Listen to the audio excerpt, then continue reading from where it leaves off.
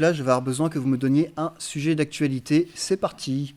La polémique autour du Dalai Lama. Il y a un monsieur qui a demandé à un petit enfant de lui sucer sa langue. Et qui est ce monsieur? Je sais pas du tout. Dalai Lama. Ah, Dalai Lama, un chinois. Le chinois, il est tibétain. C'est quoi ça? C'est quoi ça? Le Dalai Lama, c'est le chef spirituel des bouddhistes. C'est-à-dire, c'est un peu l'équivalent de notre pape à nous, mais chez les bouddhistes. C'est une autorité religieuse. Normalement, plus le sujet est grave, plus c'est facile de faire des blagues avec du mauvais esprit. Donc, à vous. C'est pédo? Peut-être que nous, ça nous renvoie aussi aux propres affaires de pédophilie qu'on a eues dans l'église catholique.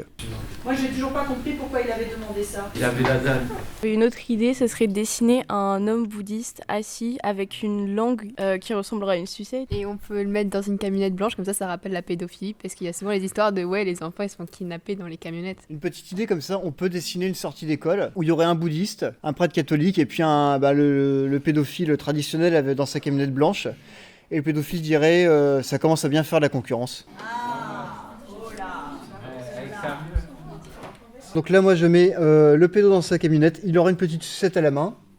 Et devant la sortie de l'école, donc je mets un prêtre catholique et puis le Dalai Lama. Le Dalai Lama il va tirer la langue, il sera en toge, donc espèce de drap là, rouge par-dessus, rouge et jaune. Le prêtre il sera en noir avec sa calotte rose. On l'appelle comment notre école ?